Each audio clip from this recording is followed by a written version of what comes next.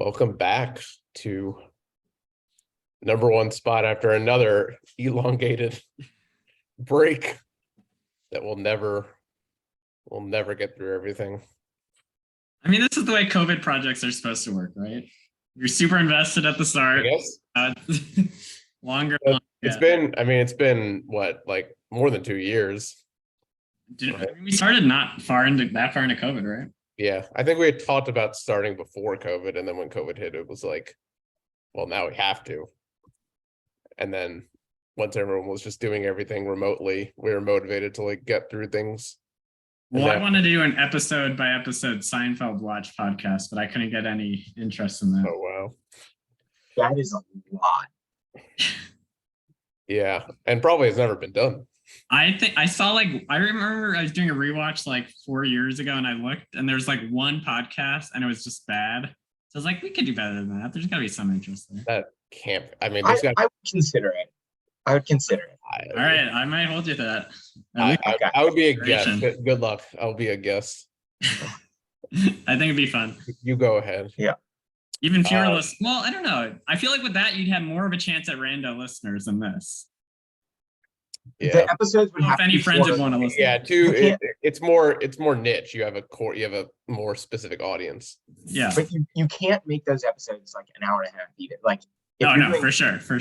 Like they have to be like 10 minutes. It can't be like even Gorley and Rust level of like tangents. They could throwing out podcasts. Did you start listening to Gorley and Rust? That's very exciting. I did, but we'll keep the tangents to a minimum for the pod. You weren't sold. All right, let's go. All right. Well, we have Jacob back, our special guest. I think you were here. Like 90? I think you were one of the first guests. I think it was 92. I want to say because, or 92 or 93, because it had the Aladdin. Okay. Like 90. I think that's 93 song. That sounds right. Yeah. I'd like to imagine you're just like unaware of all pop music in between 93 and 2009, and you can just go through these songs with totally open ears. Age 1, I guess age 1 to 2, and then age. No, Jacob's older than us. Well, that's why I said 1. Oh well, yeah, 93. So I should say ages 2 to 3. Yeah.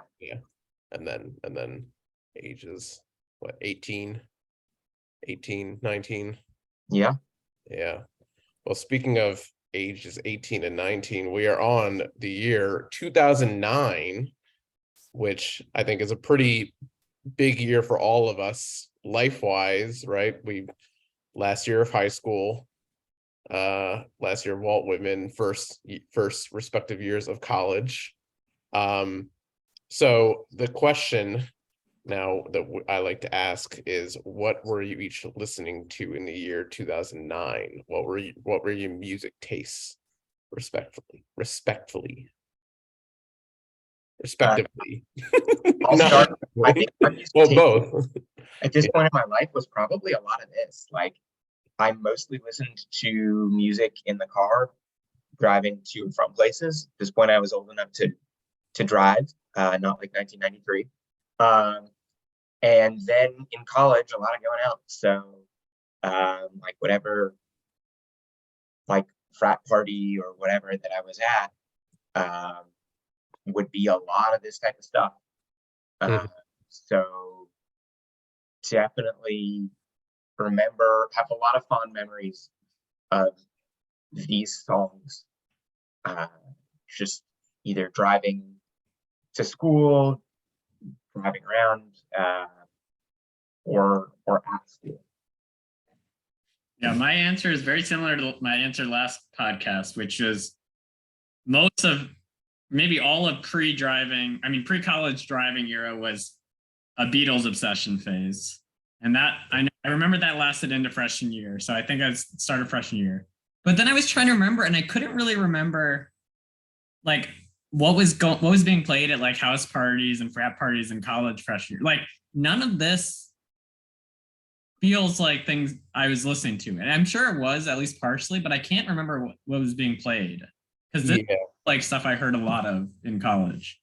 I think what you're both saying resonates, because I think what's interesting is like, and maybe I think this is probably my experience, and I think this is a pretty common experience, which is like, first year of college, I feel like most people are kind of like, uh,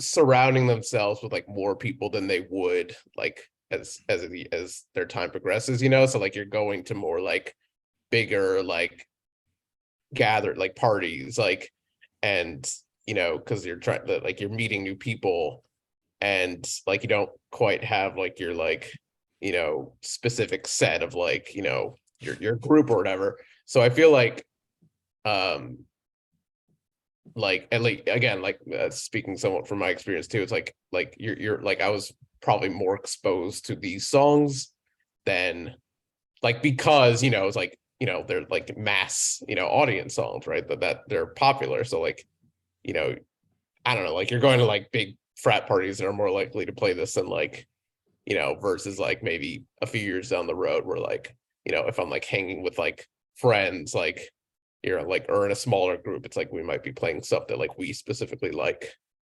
And I'd say that this year's, especially the number ones, are like more party music than years past. Yeah. Like I don't know, I was noticing like references to alcohol and like so many of these number one songs.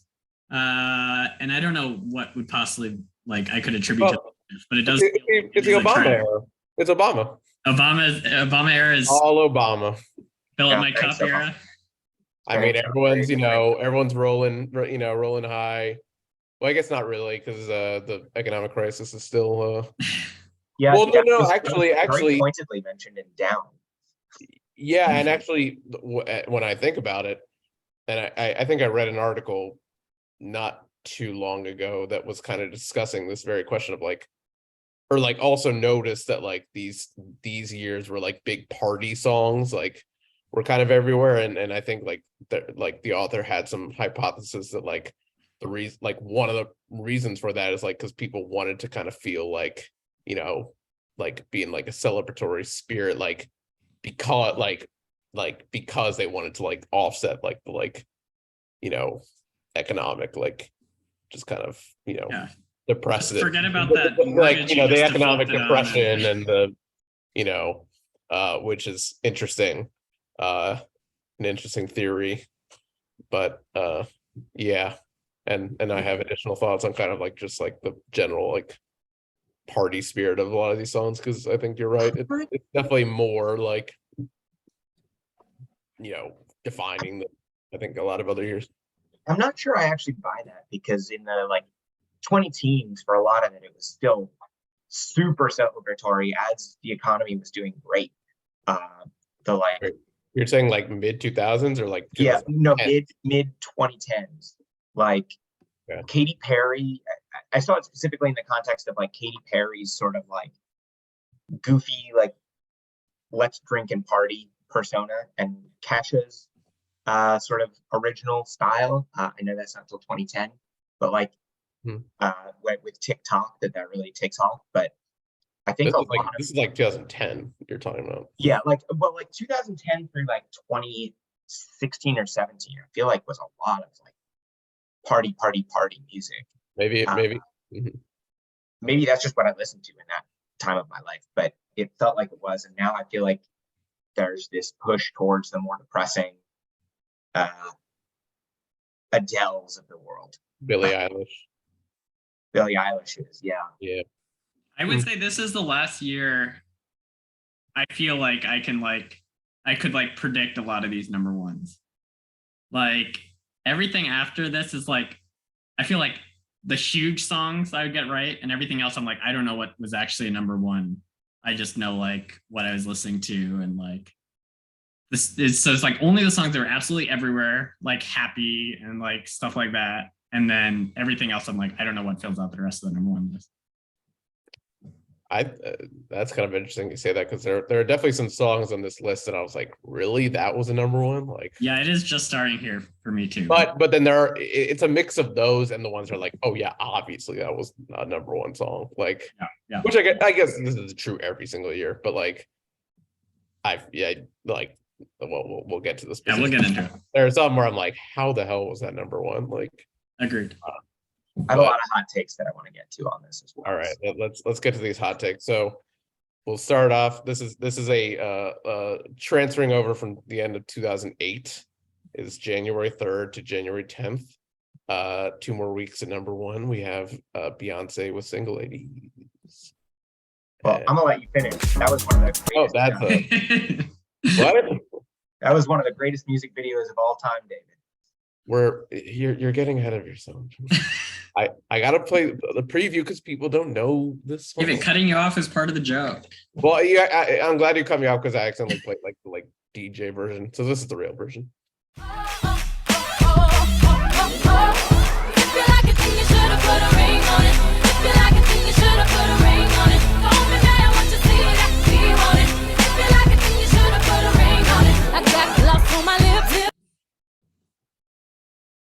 So you said you had some strong thoughts, some passionate thoughts.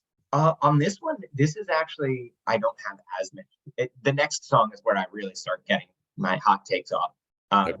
I like this song. It's a fun dance number. It really was a great music video. Obviously, Kanye, when the worst thing he did was interrupt people, was a lot more likable than Kanye Yeah, now. the worst thing he did. Yeah. So yeah, that's no, he was right though. This is a great music video, fun song. Yeah, we talked. I mean, the music video was like the first thing I think we talked about last time, and just kind of how defining it was and how everywhere it was. It's also just interesting. I like with Beyonce, like there's like a sudden change that happens in her music in my mind, like a few years later. And like now, like, you know, there's so much like critical, like, you know, her music is like so much more like critically beloved now than it was like back then. But this is still, you know, like, well, I think that's also being a little unfair to the song. Like, I think we both liked the song the last time, and like, I wouldn't say it's my favorite. It's not my favorite Beyonce song, but you know, it's fun on its own, and the music video just kind of like, you know, you listen to it and you kind of like reminisce and think back to the music video. Yeah, I don't have much to add from last week's episode or last year, Last week. but yeah, good song. I was surprised that I didn't like it more on listening to it again now. I think maybe getting ready for last podcast episode was enough for me, and I don't need to revisit the song that much. That's how I always fear about the ones that like blend into the next year. It's like, I'm like, I don't want to do this again. Like, I've had enough. But I will say that even though I'm a little lukewarm on it, I think compared to a lot of the number ones we're going to get to, it's like a league above this. Interesting. January 17th, 24th, and 31st is the debut single and the first number 1 for Lady Gaga, featuring Colby O'Donis, who I remember. He's from Canada. That's the only thing I remember. This is called Just Dance.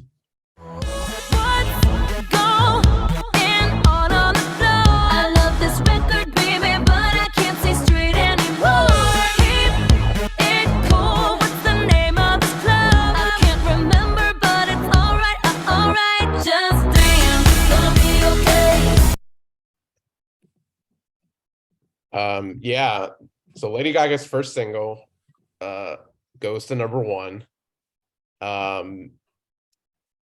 This is, you know, number 1. This is during the inauguration of Barack Obama, so they were partying again. You know, I think the spirit of, you know, the times really kind of propelled these songs to number 1 for 8 years. But well, Jacob, you said this is where your hot takes. Yeah. So like, my hot take on this one is that this is Lady Gaga's best song, and I love Lady Gaga. wow. As Ever. Okay. context, my wife and I were top 1% Lady Gaga listeners in Spotify Wrapped. So like pretty high up there. Like, You're little monsters. You're both little monsters. yeah, we are big fans of Lady Gaga. I don't think she would agree with this, but I really love this song. I like. Is this a shared Spotify, or is this your both? It's her Spotify, but we listen to her Spotify on road trips. when we're driving, and she plays music around the house. So she definitely listens to it some on her own, but by osmosis, I've got to be top 10 and 10% Lady Gaga, like just by being there while she's playing the majority of this. I would say Colby O'Donis's verse on this is actually surprisingly good. It's a fun addition to a really great dancey hit. And yeah, Lady Gaga, like this is not her best music video. She does a lot of, like really wild and creative stuff later in her career, but this is a really, really good song. Jacob, I agree with pretty much everything you just said. I think, yeah, this definitely might be my favorite Gaga. I think the only thing that off the dome that I think could compete with it for me is Shallows. It's called Shallow. Yeah, I was like going back while I started that sentence back and forth because I just seen a TikTok where the New York Jets said their favorite Gaga song, and half of them said Shallow and half said Shallows, and I wasn't sure. That's also, by the way, that the fact that like that fact, having just heard that, is not surprising at all, because that seems like if you're like a like macho football player, like that'll be like your safest pick. Like, oh yeah, Shallow. Like that's yeah, I totally agree. I totally agree about the Colby O'Donis verse. I know nothing about him, but there's so many songs like this where the like rap break comes in and it like totally breaks all the flow of the song. Yeah. Just like really goes well with it, and it just seems to mesh well. I think like going back to when this actually came out, I think I could be totally wrong, but I think it took me like a year to realize this was Lady Gaga. Like, because I think compared to like the other songs from this album or like her other early songs, that like they're a little weirder. They have like, they just feel more, it's just me like learning who Lady Gaga is, but they feel more like distinctly her sound. Yeah. Whereas this, like, even though I think it's better than other songs around the time, it does feel like the beat especially like feels like songs that like, I don't know, Katy Perry's been putting out or that we might have talked about last episode. But then when I like revisit, I'm like, no, this is like, a step above those. And it like might have blended together with me for me at the time. And I was like kind of moving away from like top 40 stuff. So I didn't give it enough credit. But then when I revisit now, it's like, yeah, this is just, it's similar to like the main sounds at the time, but just, a cut above. Yeah, no, I think you're right about that. I mean, and you certainly can't like, the one thing that you can do with some other artists that you can't really do with Lady Gaga is, kind of like, accuse her of kind of like jumping on trends because like she writes her own stuff, which a lot of these artists don't. But I know what you mean in terms of just like,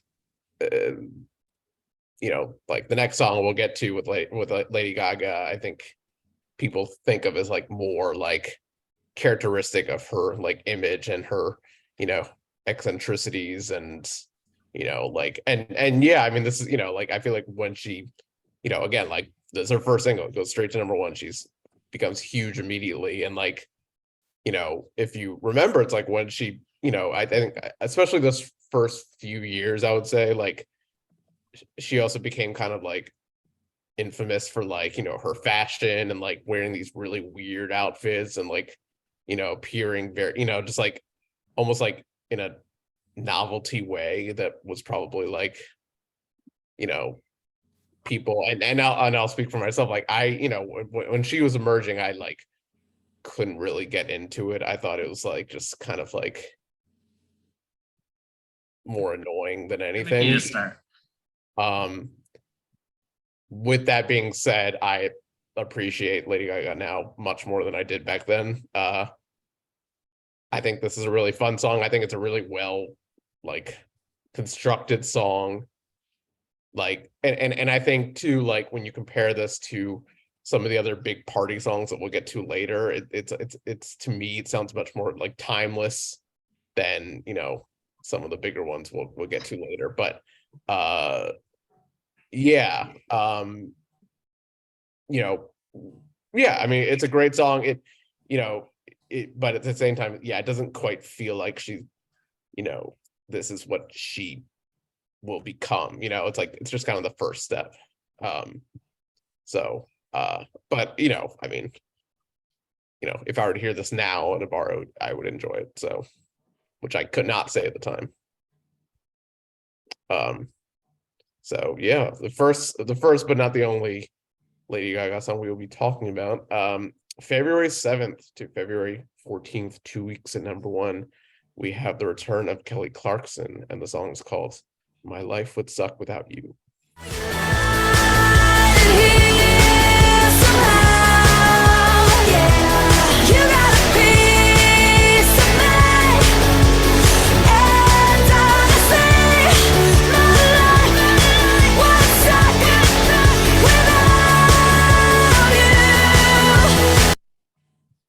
So, Chorus, yeah, well, I think this is a perfectly fine song. okay. It's really indicative of my biggest complaint about the year, and what I'm guessing is a trend that's going to continue into later years, which I feel like the whole song sounds like pretty samey. Samey? Yeah, so I've like complained about, songs lacking, like dynamic changes or like tempo changes. But I feel like this year, especially, starting from the song, almost all of them have like no tempo change, no dynamic change, not even key change, a bridge that is pretty much the same as the rest of the song. They just feel like really simplistically constructed. And I think Kelly Clarkson's voice like carries it to make it enjoyable enough to listen to, but I think it's just not the most interesting song. And I think it seems to like really be a trend throughout the #1s. Interesting. Yeah. Yeah, I mean, I think I'm in a similar, but I mean, that's a good observation that I didn't really have, but I think you're definitely right. And to me, this is two things. This is a fun pop rock song that the chorus is, it's super catchy. It was written by Max Martin, who, we all know has written every pop hit the last 25 years. It, at the same time, when I listen to it now, I think to myself, this is almost certainly like an attempt to make the next like Since You've Been Gone. Like, it's got so many similar qualities to it. It's got kind of the pop rock feel. It goes for this huge chorus, like super super big vocals. I guess thematically similar, but also in a way the opposite, because it's like more of a love song than Since You've Been Gone, which is a breakup song. But yeah, but at the same time, like, it doesn't quite match that like kind of like timeless magical feel. And I don't know, part of it I think too is like you just don't hear the song as much anymore as you do like Since You've Been Gone. But yeah, I think it's a solid Kelly Clarkson song. It's far from like the best Kelly Clarkson song. Yeah, I really feel like her earlier. I liked Since You've Been Gone a lot better, and Behind These Hazel Eyes. I remember like that era of Kelly Clarkson, which was probably 5 years earlier. Looking on Wikipedia, a lot better.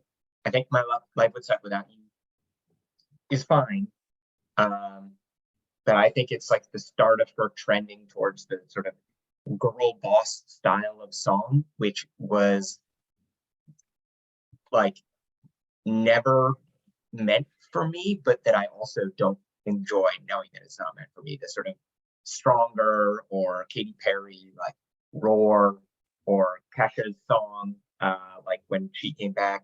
I don't know. It's just not my type of music as much. This obviously doesn't fall into that, but it marks for me the start of her trending towards that. Fun fact, you mentioned Katy Perry, and we've already talked about Katy Perry. We talked about it previously, but Katy Perry co-wrote Kelly Clarkson's follow-up single to this. That is fun. I liked a lot of Katy Perry's early stuff, and if you have me on in 2010, which you probably won't because Two Straight Guest episodes aren't there, like I loved Teenage Dreams as an album. Teenage Dream, it's singular, but Dream. Sorry, you guys keep. Will got me thrown off. With making things plural that aren't whatever. With Teenage Dream, and that's a great album.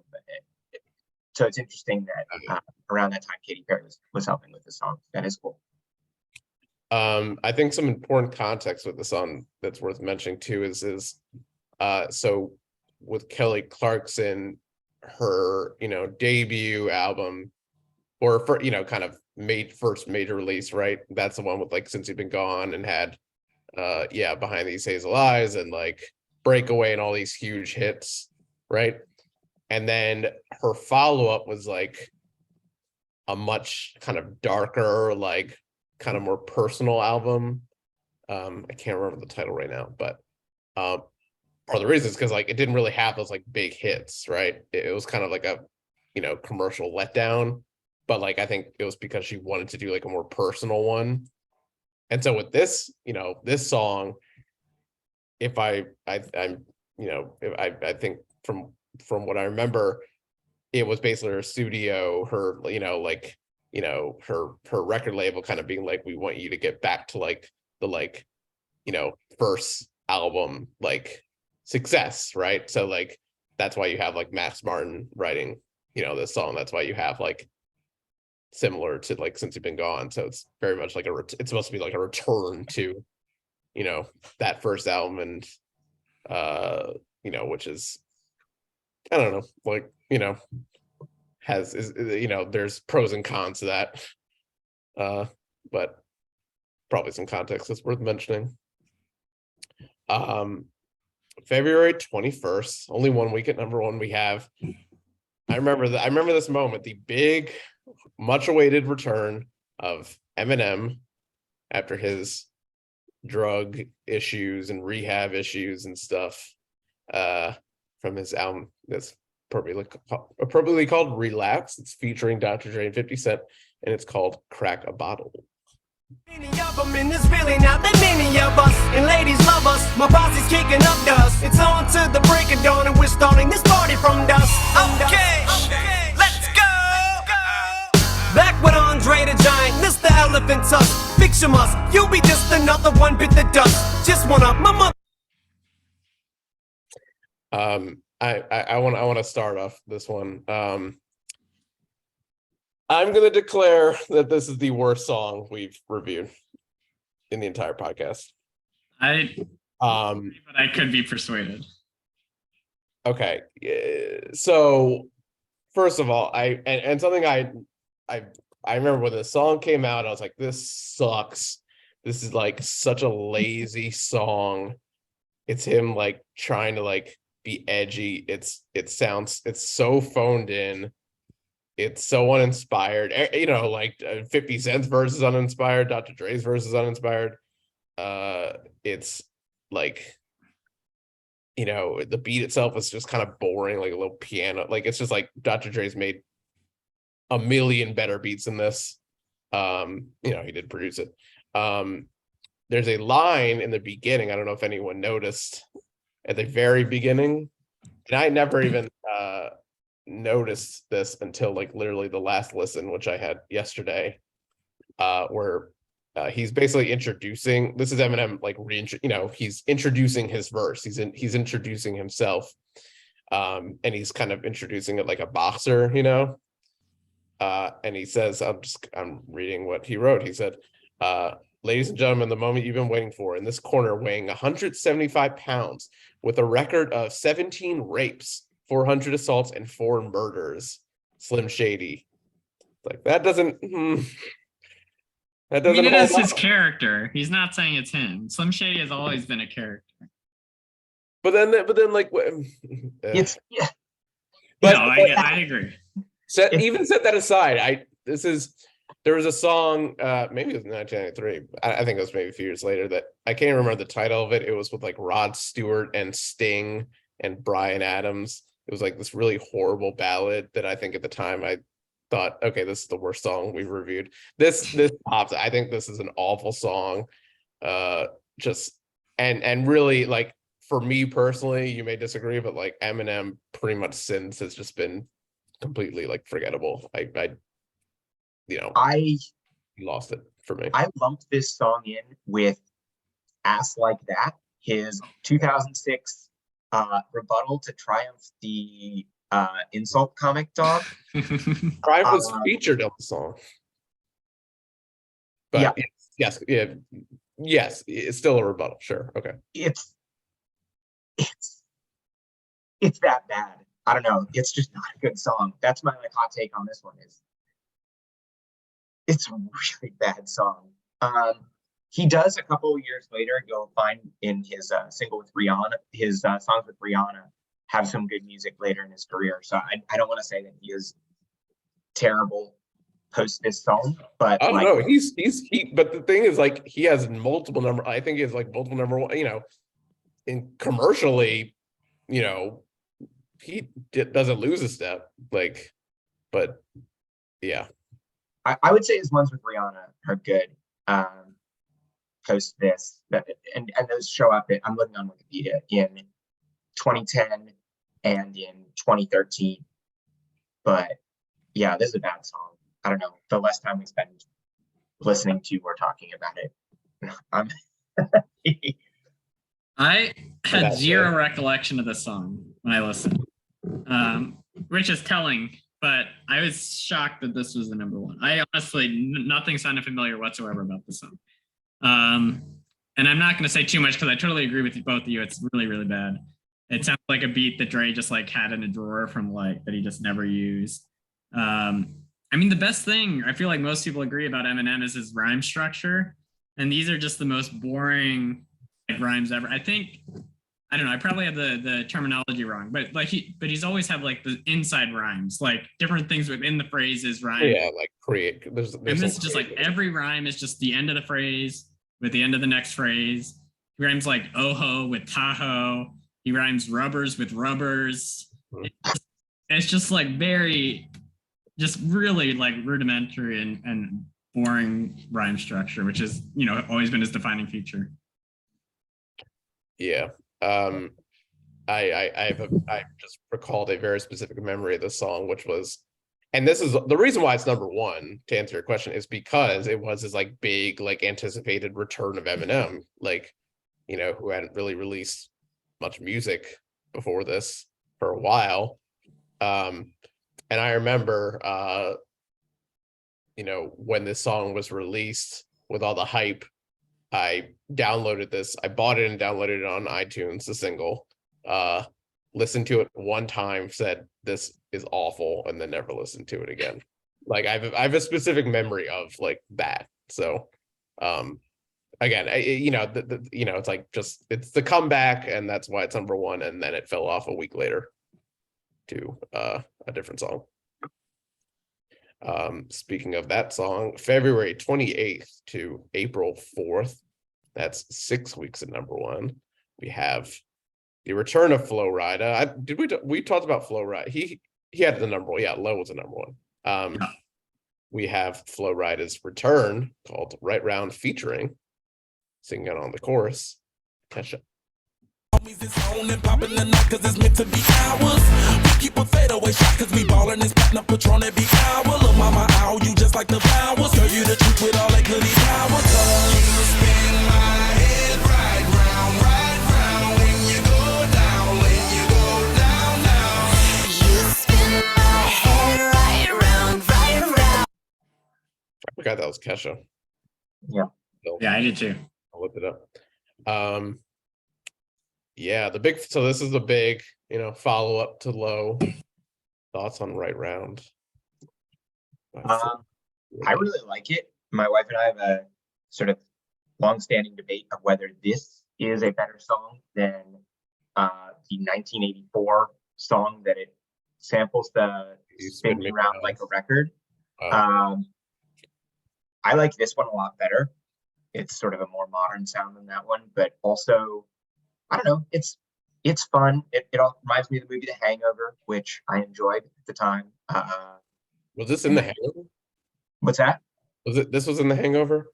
Oh yeah, I feel like it was the closing credit song for that movie. That's now that I think about it, that's another like relic of 2009 that I've no interest in anymore. It held up okay. I rewatched it. Maybe I it's don't have what a it is. tradition of rewatching it, but I enjoyed it. I don't know, sort of like this song. It's fun. I like it when it comes on. I don't need to like seek it out. Yeah, I agree. It to throw my hat in the ring of that debate with your wife.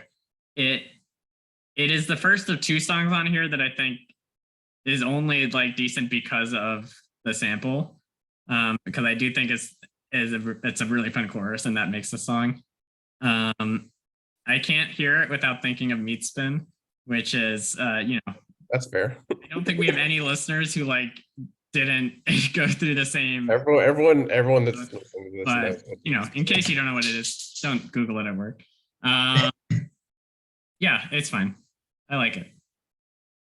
And I have nothing to add. I'm gonna play this is the Dead or Alive, You Spin Me Round song that it samples it.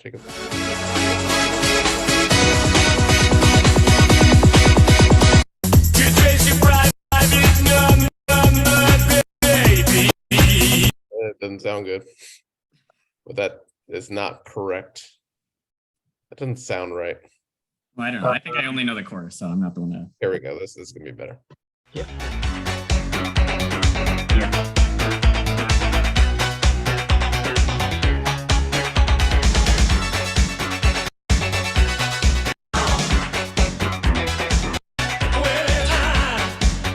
We're not getting the chorus, forget it. It was worth a try. Yeah. So we have next the quick return of Lady Gaga. April 11th. Surprising to me, at least, only 1 week at #1. Yeah, I was shocked. We have Poker Face. Him hard, show him what I got. Oh, oh, oh, oh, oh, oh. I'll get him hard, show him what I got. Can't read my, no, we can't read my poker face. She's got nobody. Follow up to Just Dance, Poker Face. I'll start. I mean, to me, this was a song at the time I really didn't like. I thought this was kind of like the Lady Gaga song. I thought it was annoying. It was all over the place. It seemed like it was never gonna not be on the radio, or it seemed like it was everywhere from my experience. Like of these first handful of singles, this and Just Dance and like Love Game and some of the other ones, like to me, I always liked this one the least. Listening back to it, I think I like this one the most. I think it's a really fun song. I can appreciate like some of the lyrics I can appreciate more. They're kind of funny, like clever. I mean, obviously there's a lot of clever innuendo and little references and kind of clever just wordplay here and there. I don't know. I think maybe just kind of like being removed from like the period where this was everywhere. Like I can appreciate it more, but like I said, I appreciate Lady Gaga more in general. So, and it took me a few years to kind of learn to enjoy her music. I think it's a really fun song. I'm a fan. Yeah, I like it. I would say it's not just innuendo. Am I allowed to curse on this show? I mean, No. I guess Lady Gaga. What? Yes? No? Yes. Of You course. can Okay. Because Lady Gaga does on the song the poker face, and then she says fuck her face. Does she? Yeah. I heard that on the listen tonight, and I wasn't sure if my ears were deceiving me or not. So I just now she confirmed it You're right. Yeah. Yep. Wow. to at Wango Tango 2009, according to Genius Annotation. Wow. So did she get But the yeah. through censors, or was there a non-explicit version that is what There we? must be a non-explicit version, I think. Because But it is pretty subtle. it is pretty subtle, and there's a lot of innuendo beyond that. No, she was. I think this is like almost the start of her being the modern Madonna. If I feel like that's a fair thing to say about I her, think that's fair. is that she's like very, very out there, very sexual. But she's awesome. I think this is a great song. Can we is there an agreement? Is there like an agreement on what she's referring to when she says like can't read my poker face? what that's like a reference to? I mean, the rumor that was going around, at least in college, was always like poke her face. It's like an oral sex reference, but I have no idea if that was just Right. But when she Reading said, like, things. can't read my poker face, like, and like playing my cards, and like, I was never really sure. I'm like, Oh, I have no idea. what does she mean I by mean, yeah, like she is trying anything. to maintain the upper hand by not showing emotion or whatever, right? Like, what is a poker face? If you're not reacting. Yeah, I think it's more just like, yeah, like your intimate other is, it can't, like, the idea of, like, so when you're intimate, you're not really telling, it not being clear what the motive is or whatever. Like, I'm just gonna read a line here. This is her kind of little, mini sing-songy verse in the middle where she says, I won't tell you that I love you, kiss you, or hug you, because I'm bluffing with my muffin. I'm not lying, I'm just stunning with my love glue gunning. So, I think there's a lot of ways to interpret that. Yeah, the Genius annotation has a lot of, I'm not just going to go through and read it, but has a lot of good stuff on it. Apparently, like, poker face is a reference to her, to being bisexual, and again, this is a Genius annotation that is uploaded a lot, but I don't know that it's true. But saying that she puts on a poker face if she's having sex with a man, and she would rather be having sex with a woman. Oh, interesting. Wikipedia says she said that explicitly at a concert. Okay. Yeah. Interesting. She yeah,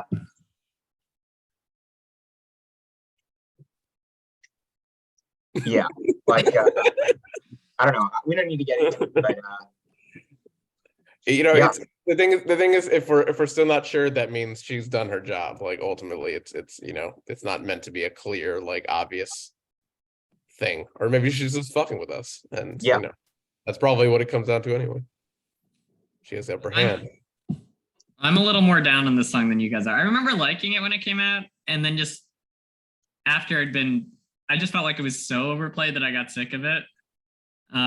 Which is why I was so surprised it was only #1 for 1 week, but I guess that it was probably top 10 for another, like, that's true. 5 months. I guess for some reason that we'll maybe get into, just Black Eyed Peas was just like this unstoppable force at the time.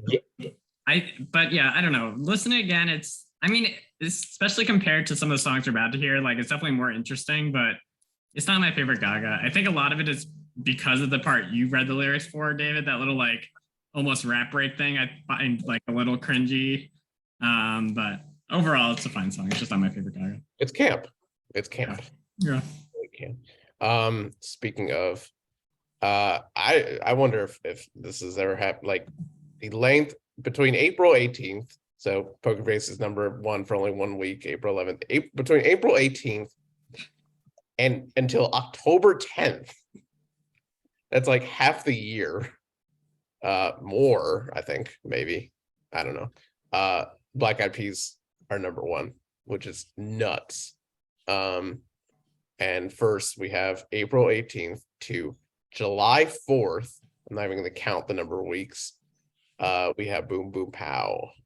Boom, pow, them chickens jacking my style. They try to copy my swagger. I'm on that next shit now. I'm sold 3008. You sold 2000 and late. I got that boom, boom, boom. That future boom, boom, boom. Let me get it now. Boom, boom, boom, gotta get that boom, boom, boom, gotta get that boom, boom, boom, gotta get that boom, boom, boom, gotta get that boom, boom, boom.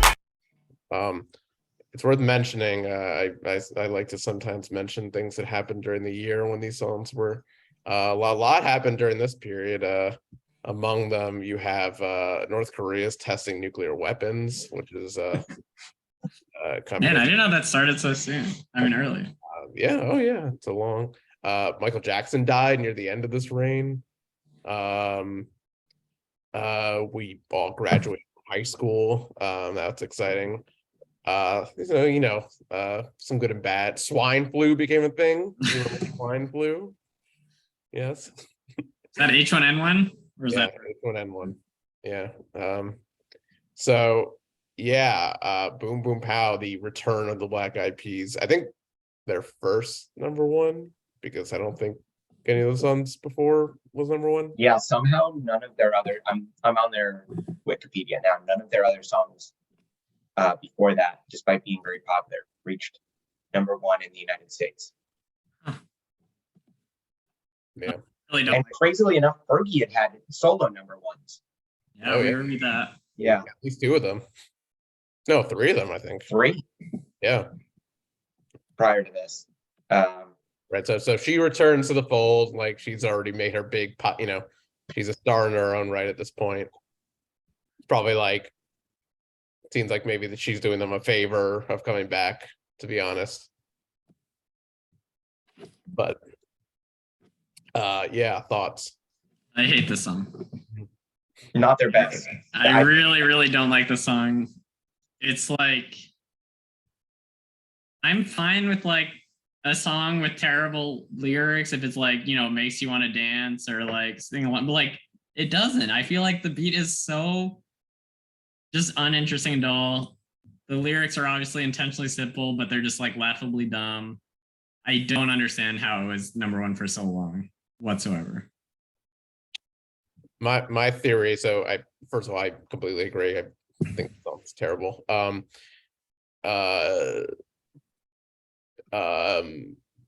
There's a part, there's a kind of a part like near the middle to end where Fergie kind of has like a little part where she's like belting out, she's like, like people in the place, and then at the end she says, Will I Am, let the beat drop, and then it goes and like this big like EDM, and it's like, what, like where did that come from? But I bring that up because this is also like, if I remember the timeline correctly, like this is when like EDM music is like becoming a big thing.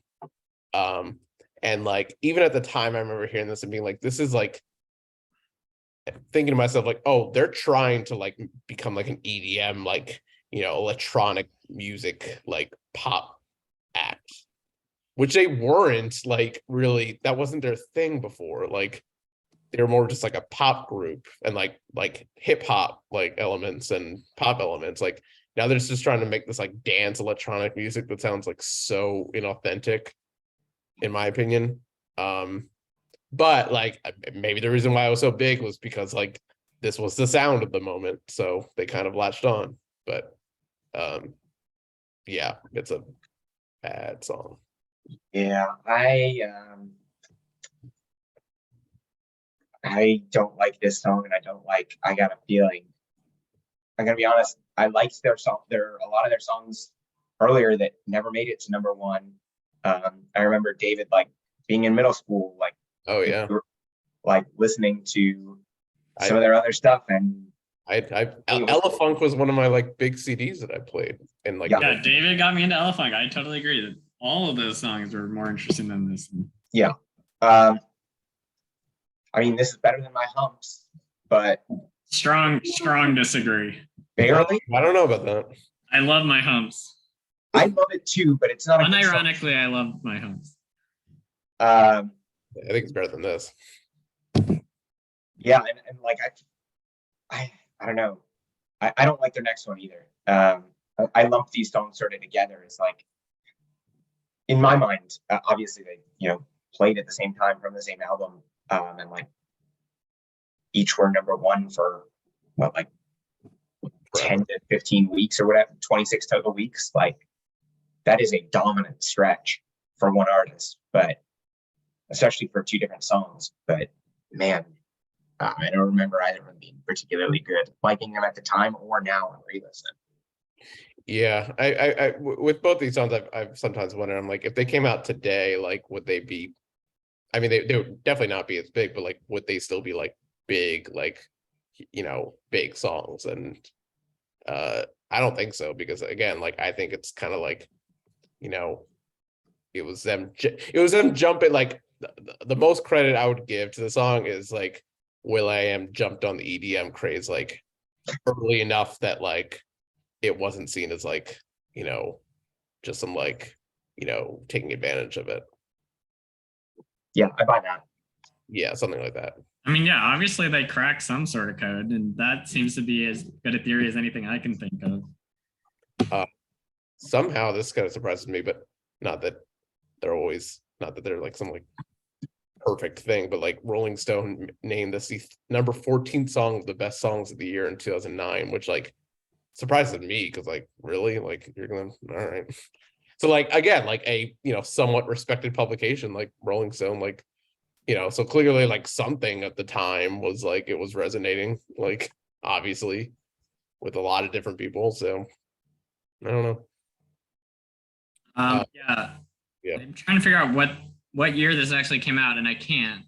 But Billboard did a like all-time chart of at the 55th anniversary of Billboard. So whenever that was, and this is like the 51st highest charting song in those 55 years. So it's not just like at this moment, it's like historically popular.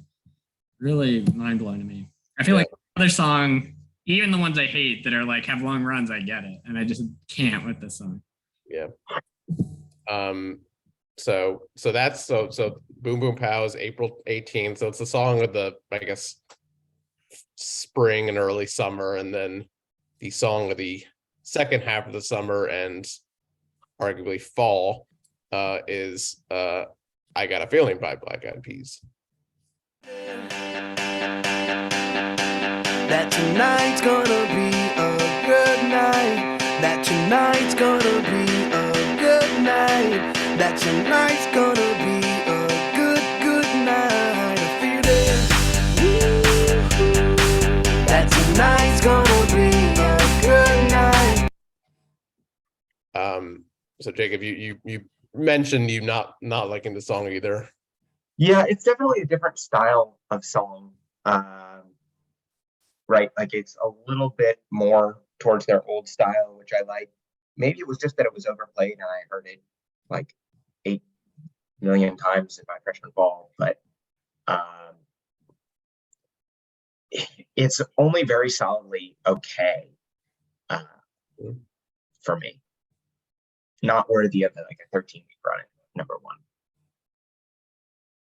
one. Yeah. So Boom Boom Pow was written just by like will.i.am and produced by them. This was I probably knew this, but this was produced by David Guetta, who huge DJ, which makes sense because it's like kind of like EDM light. It's certainly not. Yeah, you're right. I mean, this is more in line of like a pop, like a straight up pop song than like Boom Boom Pow, which I don't even know what it is. It's like a bad attempt at electronic music, but yeah, when this song was I mean, even more than Boom Boom Pow, I think this song was everywhere. Like for so long, it was so inescapable. It as of this is what Wikipedia says, but as of 2019, which I'm gonna guess this holds because as of 2019, it held the record as the most downloaded song of all time on iTunes, which I'm gonna guess probably holds because maybe people use iTunes except for me. Yeah, I mean this song, I hated this song. It was so inescapable and so everywhere and so just like yeah, and I don't like this song, and I still don't like this song. I don't dislike it as much as Boom Boom Pow now. Like, yeah, I get this. I get this why this was bigger. Like, because this is like so blatantly trying to be like a timeless like pop song, like the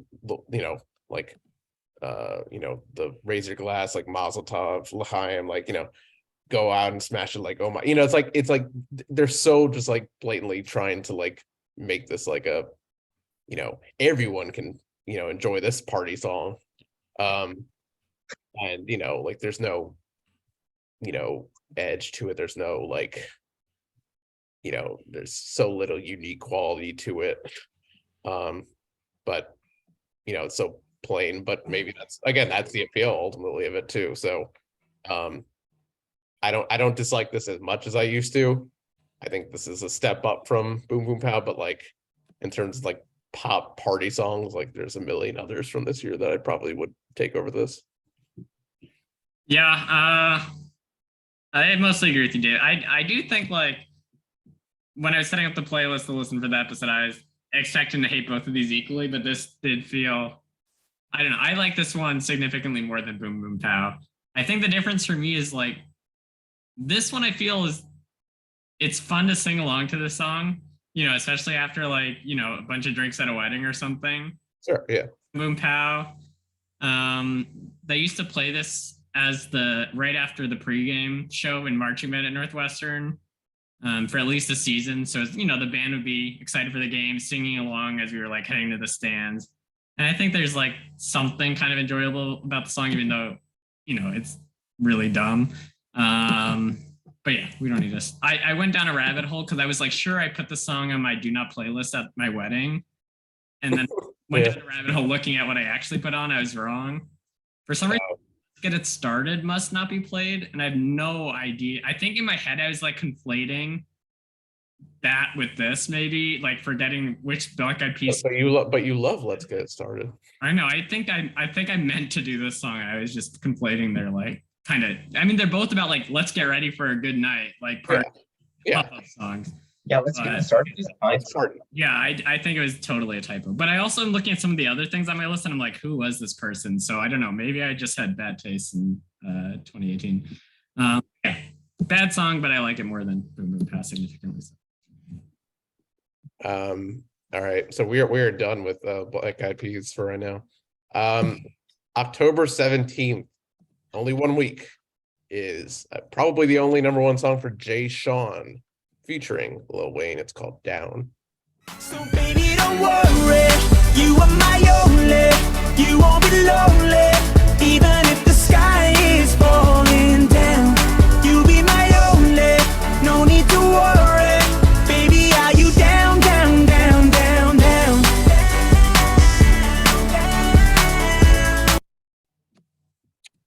Jay Sean is British, if you didn't know that. He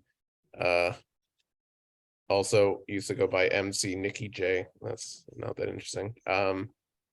He had some other minor hits around the same time, but this was his only #1, featuring Lil Wayne. Lil Wayne has the absolute laziest verse on this I've ever heard. It's really down like the economy is wow. such a line, really a reminder of the times in which it was written. This is you know, these you know, they're trying to lift people up during, you know, difficult times. Yeah. Thoughts on Jay Sean? I kind of like the chorus. Yeah, it's fine. I think it's pretty indicative of like another trend of mine for the year, which I feel like if you had told me there are only 13 #1s, I think is what I counted. And I think if you told me like 8 of them were produced by the same person, I could be convinced. And this is like very much an example of that. Just the production of so many songs feel similar, and that brings it down in my eyes. Because it just sounds like so much else you're hearing. But I mean, it's so everything's so overly. I mean, so overly produced. Yeah, I mean, I think like I think the course is fine, and that's enough to make it like top half of these #1s for the year for me, probably. Yeah. I feel like I have a lot of fond memories of this song. Jay Sean was our like end of year concert my freshman year. Oh wow. I'm guessing he played this. He did play this in 2010. Is it a closer? That was probably a lot of fun. I mean, you know, it was fun. It was like I enjoyed that. I don't know, and it has a good chorus. Listening to it today, I'm not like overly impressed by it. Yeah, it's yeah, like kind of what Will you're saying, like the production wise, like it, you know, falls in this, like it definitely feels like it belongs in the same world as like some of the Black Eyed Peas songs, or Right Round, in my opinion, or some of the songs we'll get to. Yeah. I think it's fine. I think it's like like a slightly, it's like a step up from the Black Eyed Peas songs of similar veins and themes. But like, yeah, I mean, when I saw the title, I was like, what song is this? Something that I hear, I'm like, oh yeah, this song. I remember this song. Like, so it's just, it doesn't hold my memory like some of the other ones, which probably means something. And it's like, yeah, when you hear the song, like, I'm like, so who is Jay Sean? Like, what sets him apart? It's like, I don't know. Sounds like, what sets him apart from, the Jason Derulos of the world, or the, I feel like, there's a million of these like singers who I don't know what sets them apart from each other. Like these songs kind of like smooth out whatever makes each of them different. Which is kind of a bummer, but October 24th. Oh, and this actually comes back October 31st. So it's the song of our Halloween, freshman year Halloween. In between October 24th, 1 week at number one is probably not the first song about the threesome we've talked about, but it's the most obvious. It's called 3 by Britney Spears.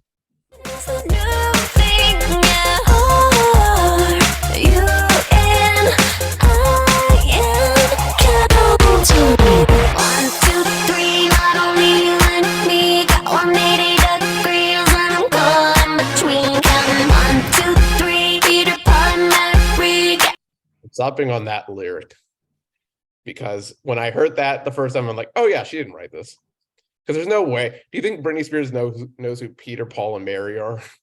I would have thought there was a decent chance that she grew up with that sort of background, that she might have, but I don't know.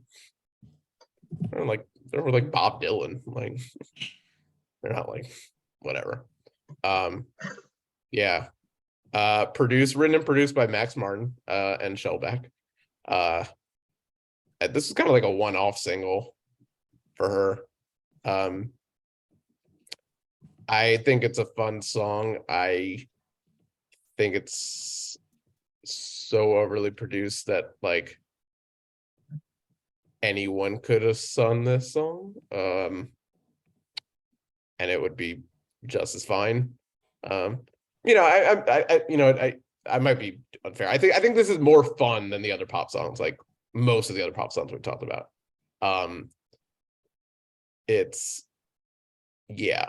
some like Britney's. I don't know if either of you have like watched the like Britney doc that came out like last year, or any of the stuff, or it just kind of exposed a lot of like, like during this period she was like so like being controlled by like her father and record label, and like she had like no autonomy, and this is all like after her like meltdown from like the years before. That for me, like whenever I hear songs like this, it's kind of hard not to think about like did she what did she have any control over any of this? Like, I don't know. So it's a little weird in that respect, but I think it's fun. I think it's remember like this song, and then I guess soon after she had that song If You See Gay Me, which is obviously a somewhat clever I don't know what you call that, but like obviously like a sexual reference. So it's interesting how she's like making very like explicit like sexual slang songs. But yeah, I think it's fun. I think it's fine. I don't think it's far from her best. I would agree. I think it's top half of the year for me though. Like, I like this song. You're right. It's very, very, very heavily produced. But so are a lot of her, like songs just before that. The sort of, I'm just looking on Wikipedia, like Womanizer was very like heavily tuned. Circus, I feel like, has that same sort of feel. Yeah.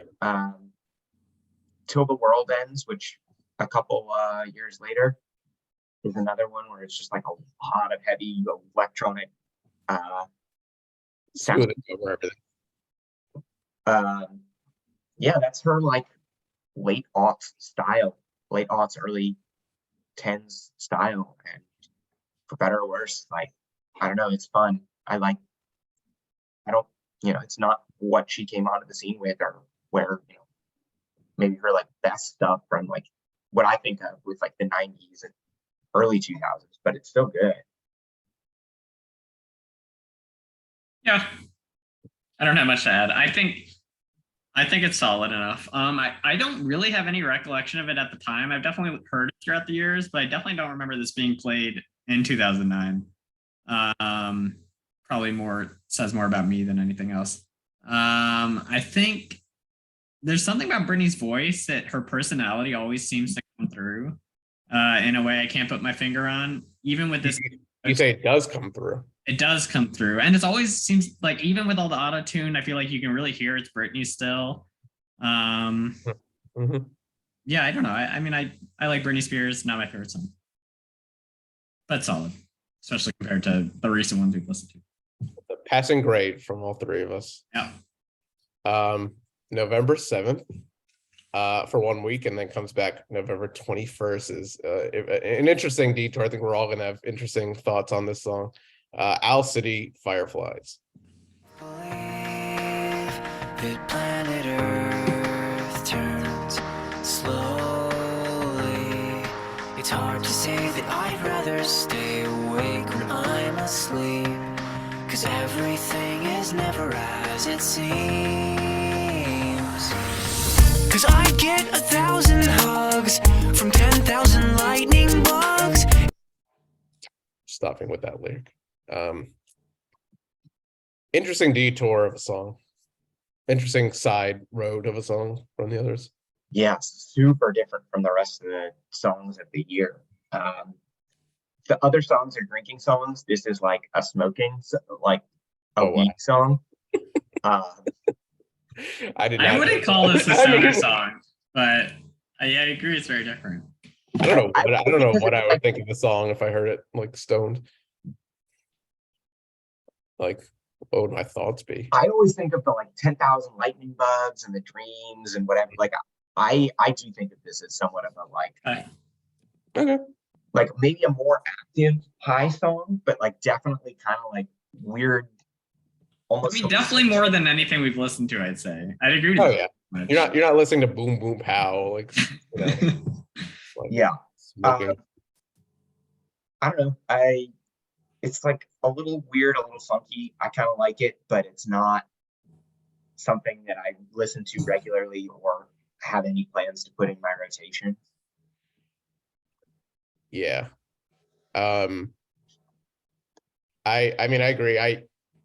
When this song came out, I like hourly like despised the song. And I think was a little unfair on my part, because listening back to it, I think it's okay. Like it's a well constructed, like there's some we're like I like parts of the song. I think like I like the kind of, I like to let myself believe that planet, like I like that little verse, like slowly, like I I like mean, that. that's the chorus. Is that the chorus? I guess. Yeah. Okay.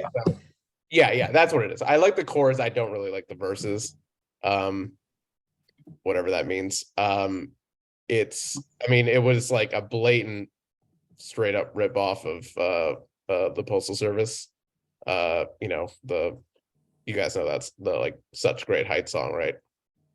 Oh, yeah. I didn't think of it as a. I mean, like people. Yeah, for sure. Yeah, I mean, No, I agree. I'll play a tiny snippet just to kind of, if Jacob, I don't know, you've heard this. The freckles in our eyes are mirror images. When we kiss, they're perfect. You've heard this, actually. You're away when I for several weeks of shows. Yeah, but you were at the chorus and you It's just. perfect from far away. Come down now. Oh, okay. Wow, that shocks me. Anyway, but I think like even, the Owl City guy, I can't remember his name. He basically admitted that it was like super influence, which it obviously was. outside he's one, it's only one guy. It's just, his like pseudonym. But yeah, no, I really didn't like the song at the time. I can listen back to it now and be like, it's fine. Like I mean, I think like kind of like the innocence of the song is why it was as big as it was, because it was just like such a contrast to everything else. Like, like compare this to like 3, just think about like how polar opposite of like, the Yeah. lyrics, the like sound, like it was such like a contrast, which in that respect, I think like you give credit to him and the song, because it's like it's so opposite of what everything else was, that I think, yeah, it's a smoking song. If everything else is a drinking song, this is a smoking song. There you go. Yeah, it's like an introspection song. I have a soft spot for it. I think well, the story first, I think it must have been either Thanksgiving break or Christmas break freshman year, but I get home and my sister is either, I don't know, playing it or something. But whatever, I'd never heard it before, and she was absolutely shocked. And it's like, man, I am really out of touch. Like my younger sister is like knows music that I don't. First of all, is already shocking enough for me, and then I let alone this #1 hit, and I just have no idea. But I like this song. I've told this before in the podcast, but one of the main disagreements in music taste my wife and I have is that she hates that I like singers with whiny voices, and this is a very yeah. That, I mean, it's definitely not a song that's ever my favorite, but I think it's towards the beginning of a trend of starting to like singers with whiny voices. Well, it's like, I mean, it's taking like the like whiny emo voice, but like putting it over like Yeah, exactly. It's it's not rock, so Yeah. So yeah, I mean, I also give it credit. I'm sure we could find a counterexample in not too long of thinking, but I'm going to go ahead and declare it's the only song of the #1s that has a 4-syllable word in it, and feel like there's a chance that's true. So at least what's the word? The word is insomniac. Oh wow, that's a really good thing to say.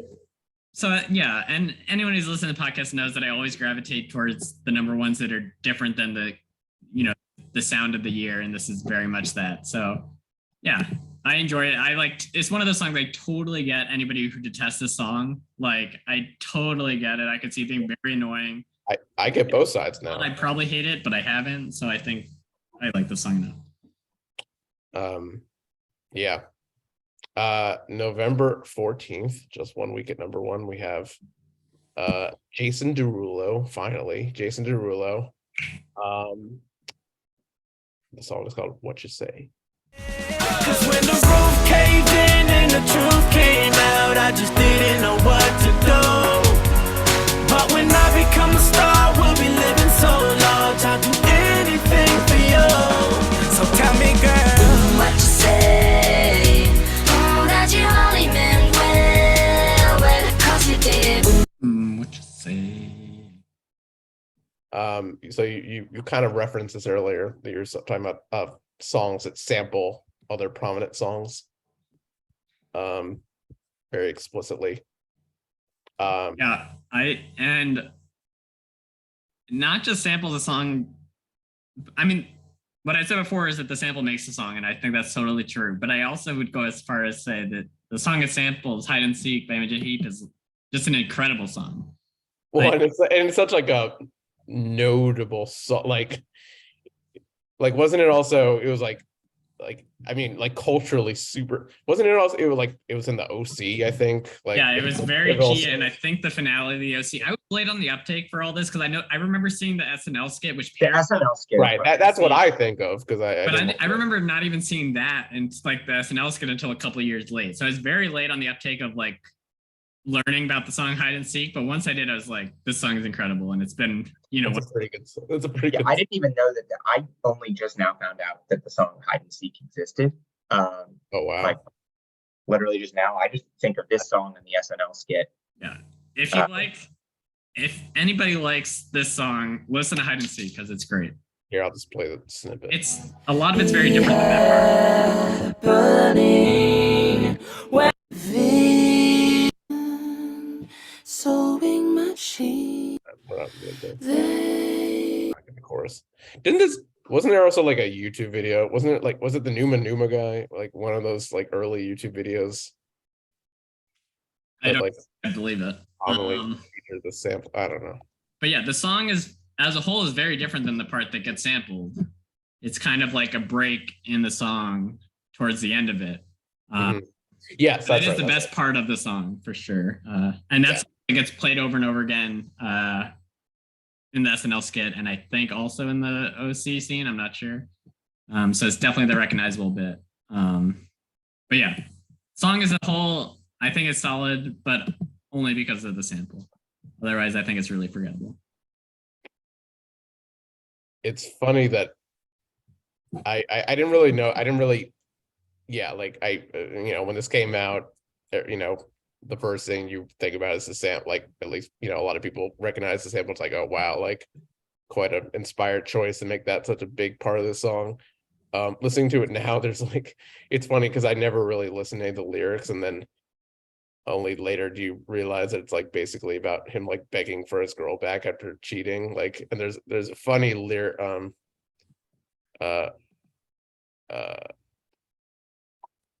like, yeah, where he says he's like kind of hiding like what this is about, and then there's a verse where he says, "Tell me what you said. I don't want you to leave me, though you caught me cheating." And like he just kind of like finally admits, like, okay, so you caught me cheating, like, but don't leave, like, it's like It's just such a goofy song. I don't know. I want to walk back my comment. This song, I was too harsh. I do legitimately like the song. I think the song.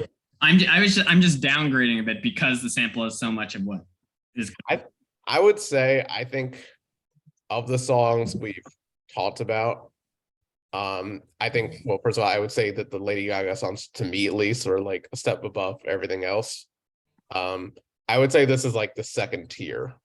Like, if I were to rank the songs, like, I think this is maybe a little step above, like, well, I think this is probably like Single Ladies. Like, I agree. I think this is like better than like Down. It's better than the Black Eyed Peas songs. Like, it's catchier. Yeah, this was one of 4 songs in my like short list for my top 5. Yeah, I enjoy the song. Again, with a lot of these songs, it's like back then I was like trying to like publicly distance myself from like big pop music, and now I can enjoy it with a little more like distance. So I can enjoy this more than I would have like admitted to enjoying at the time. Jason Derulo is like a walking meme now. He's like, he's like such a he has like a funny TikTok. I think he has like just like a weird like attention getter type personality.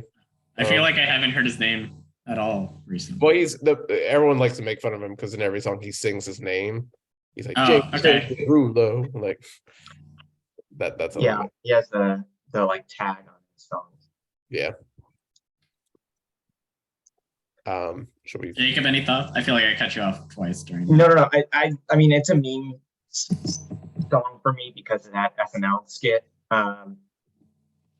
It's the most Jason Derulo song that like. Oh wow! It is very. It's exact. I don't know. I think of this like chorus a lot, super catchy. Sort of like a fun auto-tune song, but I can't unthink of the Saturday Night Live scene. So like that's just what it is to me. So we conclude the year November 28th through December 26th. That's 5 weeks with the first number 1 song where Jay-Z is the main artist. Called Empire. I didn't know that. Mm-hmm. I'm surprised that we haven't done a Jay-Z. Oh, we've talked. I've brought him up in my favorites list, but this is his first number 1. Still sipping my top, sitting courtside, Knicks and Nets give me high five. Nigga, I be spiked out, I could trip a referee. Tell by my attitude that I most definitely from.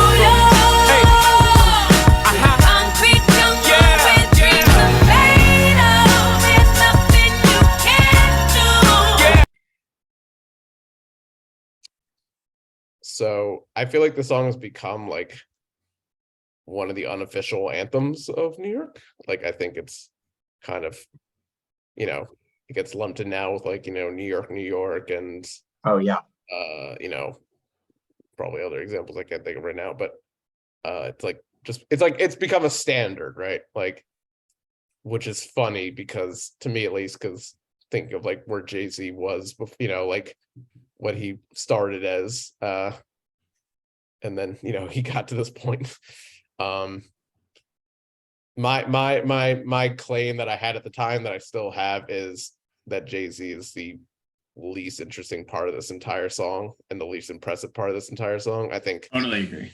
I think this is an Alicia Keys song featuring Jay-Z. It's not a Jay-Z featuring Alicia Keys in my mind, because the chorus is everything. I think the instrumentation is very cool. The piano, which is again, that's Alicia Keys. I think the production is really good. You know, there's some like violins in there, you know, the build up to the chorus, and then in New York, and like, you know, there's some really cool production. I think his verses are, he's just listing, you know, things about New York, none of which are that interesting. So yeah, this is a good, it's taken all together, it's a very good song, but it's because it's Alicia Keys. That's my opinion. Yeah, I thought I was going to be an island with that take. I love the Alicia Keys verses so much, and I find Jay-Z's I don't know, they're just uninteresting, I feel like. And not just the listing of landmarks, but even just his rhythms are like, they feel so samey throughout the whole song. He's not really doing anything interesting melodically. I feel like I can hear him like losing his like, he's like losing his breath at certain points. I I would so love to just hear a full song of this as a purely Alicia Keys song, like whatever verses she could put into it, and you know, let Jay-Z produce it still, because like you said, the production's good, but I feel like it has so much potential, and then I just can't listen to it too much because it's, you know, just the chorus I like, and the chorus itself isn't, you know, very long or have that many, you know, lyrics. Now just to follow up that, because I want to hear Jacob's thoughts too. But just because you mentioned it, did you know that there is a part 2 I did not. he's made? And I can't even remember how when. I'm going to play a little snippet of it. I think it's like her like follow up, but it's not really a follow up. Full of dreams, baby, I'm from New York. Concrete jungle where dreams are made of. There's nothing you can't do. Now you're in New York. These streets will make you corner selling rock preachers pray to God.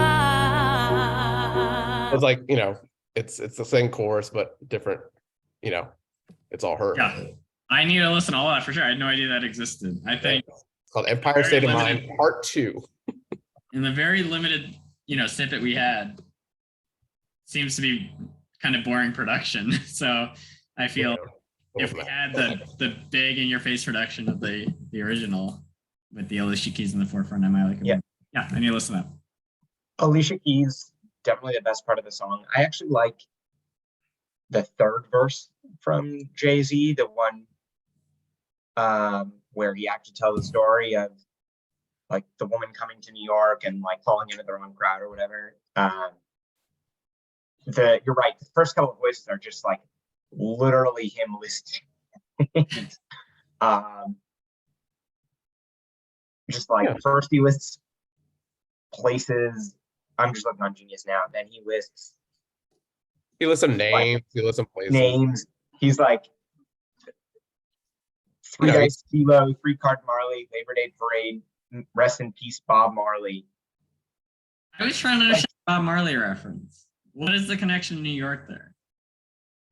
I I don't know. guess there's probably, it says there's an annual West Indian Carnival in Crown Heights, Brooklyn on Labor Day weekend that includes a parade. Okay.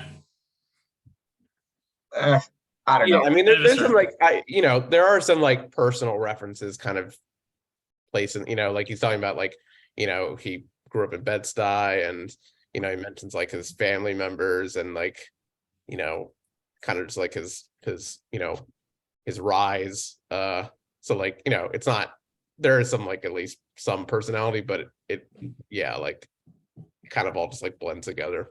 Yeah, the first two, and I really don't want to like this song because it is like the New York anthem. I don't know. I always feel like New York people think New York is like this center of the world where like everything cool has to be from New York. But it is kind of a cool song, and Alicia Keys has a obviously spectacular voice and does a great job on the song. I kind of liked it more than I was expecting to, given that what I remembered of the song and how little I listened to it. I mean, you have to give him like mad credit. It's so clearly designed to be an anthem for New York, and he just didn't. Like, it just became an anthem. He's like, yeah, I'm gonna make the next New York, and he succeeded. Almost nobody could get away with even attempting something like that. Yeah. It is worth mentioning there's a bunch of co-writers, so like it's, but yeah, your point is still. I like the line, "I made the Yankee hat more famous than a Yankee can," because he's, yeah, no, that's a good line. You know, being braggadocious against all Yankees. I don't know if we can actually back that up. Like, I don't think that's factually true, but I really like the line and the. No, that's a classic like Jay-Z line that he probably has said in more than one song. Because he's like ragging on the Yankees while propping up New York as a city. Yeah. So Yeah. That's 2009. Should we get to our final thoughts and our top five? Yeah. Well, any just concluding thoughts before we is it a good year? Is it a bad year? For the number one hits, like only the number ones, I would say bad year. That's gonna happen when you have two like mediocre songs that literally take up 26 out of 52 weeks in the year. That's just, you limit your upside there. And then a lot of the other ones are kind of like, they're fine. I listened to them at the time. I'm happy to leave them back in freshman year. Yeah, pretty down on the year as a whole. I think I might actually be higher on the number ones than the top 100 as a whole, which almost never happens. If you like don't wait Black Eyed Peas for how long they were actually number ones, though. This year has made me a little worried about the following years, because this is like the last year before I really start my descent into music snobbery, I feel like. And I'm already kind of disliking, and like even at the time was disliking stuff. So I'm worried if after this, I'm just even more negative than I was this episode, and it just becomes more and more negative from my. I mean, if you need me to come guest spot on some of these later years where I really do like the like mid-teens, like even next year, I'm just sort of flipping ahead. There's some great songs that I still listen to from like the early. Yeah, I'm looking for the first time, and next year I think these are better than. Okay. I haven't looked ahead at all, so maybe I'm too pessimistic. Mainly because there's a lot more Rihanna. That's the reason. In my opinion. And Kesha. And Kesha. And Katy Perry.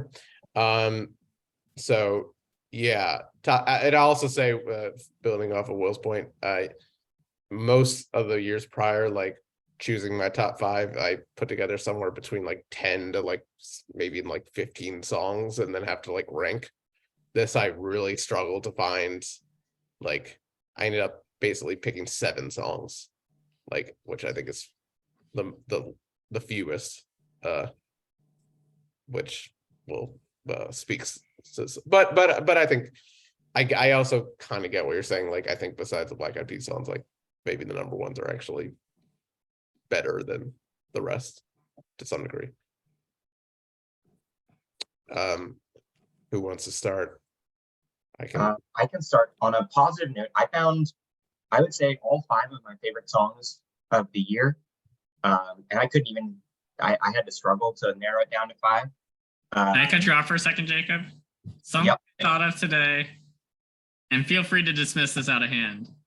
Would it be more fun to do like a rotation in the top 5 segment? Like go 5 5 5 4 4 4. I don't know. You know, it's funny. I I had that thought too, and we could try it. I kind of like it actually. Let's try it, and then we can All right. decide if Okay. what we want moving forward. Okay. Doesn't matter. No one's like writing this down. Oh yeah, for sure. But All right. whatever we enjoy more, we should do. I like that because then we can each kind of like, yeah. And you got to save all the number ones, you know. Yeah. I Yeah, get it. no, it's a good feature. I like it. Prepared for it, but I will do my best. And I have a couple honorable mentions, so if you have any, get them out of the way too. Dude. Okay, yeah. So for my fifth, I just put both of the like top 10, like the Taylor Swift songs, Love Story and You Belong With Me. Either one of those can be an honorable mention. I love those songs. I think those are at the peak of Taylor Swift, honestly, back when she was good country. So I'll play. Well, we played Love Story last episode, so play You Belong With Me. Okay. When you wake up and find that what you're looking for has been here the whole time. If you could see that I'm the one who understands you, been here all along. Yeah, I have that on my list too. I won't Spoilers. along. Yeah, I won't spoil where, but Yeah, I do too. Yep. This and another song on my list that we'll get to is they're like the two songs I think of from this year.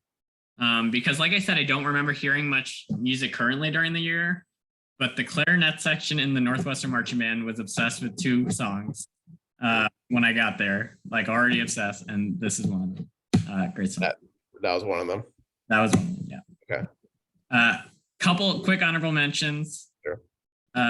Day and Night by Kid Cudi is not my favorite Kid Cudi song, but this album I probably listened to like magnitudes more than any other album of this year. I went like on a huge Kid Cudi binge, not this year, but next year.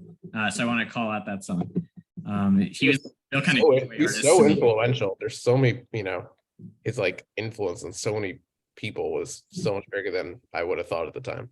Yeah, the song, I mean, the album as a whole has kind of diminished a lot in my eyes, like revisiting it. But at the time, it was like as obsessed with an album that I've ever been, possibly. And then my other honorable mention, I was shocked when I did my re-listens, but I unironically enjoyed I Love College by Asher Roth quite a bit. I just really like kind of the laid back beat and tempo, and I enjoyed it. Yeah, I'm gonna play a snippet. It's $1 a slice, so fill up my cup. Let's get fucked up. I'm next on the table. Who want what? I am champion at beer pong. Allen Iverson, Akeem Olajuwon. That like it's such a. I mean, it's such like a right place at the right time, especially for us, considering like that's. The only time that would resonate at all with me, which it didn't at the time, but the only time it would even remotely would be the first year of college when like your idea of college is what is in this song, like. And I think you played the worst part. Like Champion beer is really dumb, but I think like he's talking about beer pong. Like that's all I did freshman year was play beer pong. Yeah. And even though it's mostly about drinking, I think it does kind of feel more like a stoner song than conversation. It's such like a laid back flow. It just really stands out as being so different from all the in your face hard beats, party bump up music of the year. I mean, I do. I think that was his. I think his thing was like stoner rap. Like I mean, there's plenty of weed references in the same song, but. Sure, yeah. Okay, my number 5, also something I never would have expected to pick, because I'm not the biggest fan of this artist, even though he's huge. And I really like this song, and that is Best I Ever Had by Drake. Interesting. Okay. Does anyone else have that in their top? We don't need if I had been more thoughtful in my honorable mentions, I would. No, I'm going to play. Yes, I ever had. I say you the fucking. Know you got a roommate. Call me when there's no one there. Put the key under the mat and you know I be over there. I be over there. Shout it, I be over there. I be hitting all the spots that you ain't even know was there. Yeah, kind of similar vibes on the style of college in terms of it feeling different than the rest of the year, and it's more laid back tempo. Yeah. Also, not many like songs in this genre are love songs, so I appreciate that. Yeah, no, I get what you're saying with the song, because I think it's a pretty good song, and I think there is something to the fact that like this is like was his first big song, so it's like he wasn't just like obviously nearly as everywhere as he is now, that like, you know, there was a little bit of an underdog element that I guess was kind of appealing. And I think it's a good song, you know. Just a few two somewhat honorable mentions. One is I don't know what I think about the song. It's so ridiculous. It's called Every Girl by Young Money. I don't know if either of you remember the song. I listened to it getting ready, but I don't remember it. Well, so Young Money, speaking of Drake, that was the record label that was headed by Lil Wayne. It had, you know, I don't think anymore, but it had for a while Drake, you know, because Lil Wayne was like Drake's mentor. It had a young upstart named Nicki Minaj, and a bunch of other less notable rappers like Mac Main. And this song, it's called Every Girl. It's literally, the chorus is, I wish I could fuck every girl in the world. And it's the most ridiculous song. Oh, that's It this song. has Yeah. one of, if not the most offensive verse I've ever heard in a song, by Mac Main. I'll let you guys just find that later. But I can Play play a clip. I mean, it doesn't have to be that verse, but play a clip because I want to remember what. Well, I'm not going to play a verse. I'm just going to read. So again, this is Mac Main, one of the less notable rappers. His verse is near the end. I'll just read some of the things. In fact, maybe I'll just read the whole thing. Well, one of my favorite lines is by Gooda Gooda, where he says, and I'm about to get my Bill Clinton on, and Hillary can rot him too. Boy, I gets my pimping on. That's I fun. do remember that line. That's a fun line. And then Mac Main, yeah, I'll just read some of these. Jesus. Okay, this is just the entire verse, so bear with me. Santa Lathan, Megan Good, Angelina Jolie, Ha, D Woods. For free sweets, I'd give Paris Hilton all-nighters. Okay, so far so good. Do you get that last part? It's about, you know, hotels. And then really he ups the ante. He says, in about 3 years, holla at me, Miley Cyrus. That's not good. That's really sketchy. Was she underage? I would have thought she was at this. No, so when this was, apparently this would have been recorded sometime in 2000. I'm on the Genius page. Miley Cyrus He was like released, he but was like 14 or 15. yeah, she would have been 15 when it was recorded. She was 16 when it was released. So, you know, at least he's saying in 3 years, like, I'll wait, you know, I'm not gonna like go be super, you know, inappropriate. Legal. Okay, so yeah. Okay, and then you know, you think that's the worst of it, but no. Then he goes, I don't discriminate, no, not at all. I'm reading the lyrics here. Kit Kat a midget, if that ass soft, I break her off. This is, I think, the worst one. I exchange V cards with the retards. Wow. Yikes. And there's some other stuff, but yeah. Not great. Not great. No, not great. Anyway, that's my honorable mention. Which of those lyrics called to you to make it an honorable mention? I think it's just because it's so ridiculous, and sure, the nostalgia factor. Like, this is one of the songs we would like play, like, you know, friends in college, we would just play, and like, just because it was so ridiculous. Another honorable mention is 21 Guns by Green Day. It's okay. Yeah. My number 5 is Poker Face by Lady Gaga. Anyway, should I just do my number 4 and then we can do number 4s? We'll do it like no, this is not a snake draft, David. Oh, Jesus. All right. My number 4 was Forever. Eminem, Drake, and Kanye. And Lil Wayne. And Lil Wayne. I'll play a snippet. Nino, she insists she got more class. We know, swimming in the money, come and find me. Nemo, if I was at the club, you know I balled. Chemo, dropped a mixtape, that shit sounded like an album. Yeah, Drake just sounds more motivated back then than he does now. It's a great song. I don't know. Maybe I should have had it higher than number 4. I really like this song. And it is still in my rotation. Just a fun song across the board. Eminem is actually good in it, unlike his number 1. He is good in this song. This is one of his better verses that I can think of. Like, it's a really strong verse. Yeah, I do remember this verse. I liked it. This was in a documentary at the time, a LeBron James documentary. That's what it's featured on, or that's what it's made for, actually. It's a great song. I like it. Will, your My number 4 is Just Dance. We talked about plenty. So go ahead, David. Okay. My number 4 is relatively, I was kind of surprised it was even in the top 100. By an artist that I listened to a lot at the time, not as much now, but I should go back and revisit. It's called Rockin' That Thing by The Dream. She rode the beat like a pony. Cameras up, cameras flash. I'm tipsy, trying to last. I wanna change her name to Mrs. Nash. There's nothing left to say, 'cause she rockin' that thing like. Do either of you know or remember or know The Dream?